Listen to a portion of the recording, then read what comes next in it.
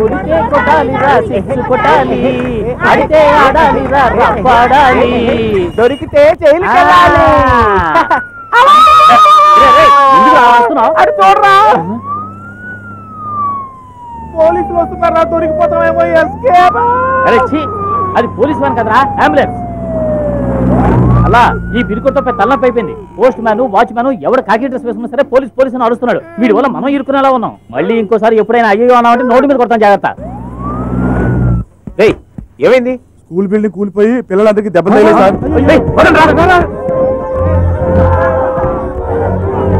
తొందరగా ఎక్కించండి, త్వరగా అందరినీ అంబులెన్స్ త్వరగా తీసుకెళ్ళండి.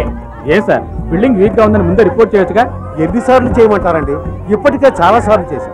ఎమ్మెల్యే వచ్చారు, ఎంపీ వచ్చారు, మినిస్టర్ వచ్చారు, స్కూల్ని బాగు చేస్తామన్నారు. ఏమిటి ప్రయోజనం? ఏం జరిగిందో చూశారుగా. మన దేశ నాయకులంతా వీధి స్తంభాల కింద చదువుకున్న వాళ్ళు. ఇలాంటి బిల్డింగుల్లో చదువుకొని ఉంటే ఆ నాయకులు మనకు దక్కేవారే కాదు. గవర్నమెంట్ నేను రిపోర్ట్ చేస్తాను.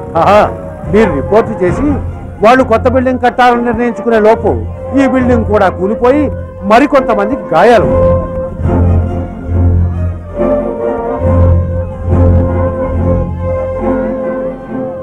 పేద పిల్లలు ధైర్యంగా చదువుకోవడానికి ధన పిశాచి గంగాధరం జీ బూంబా జీ బూంబా జీ బూంబా.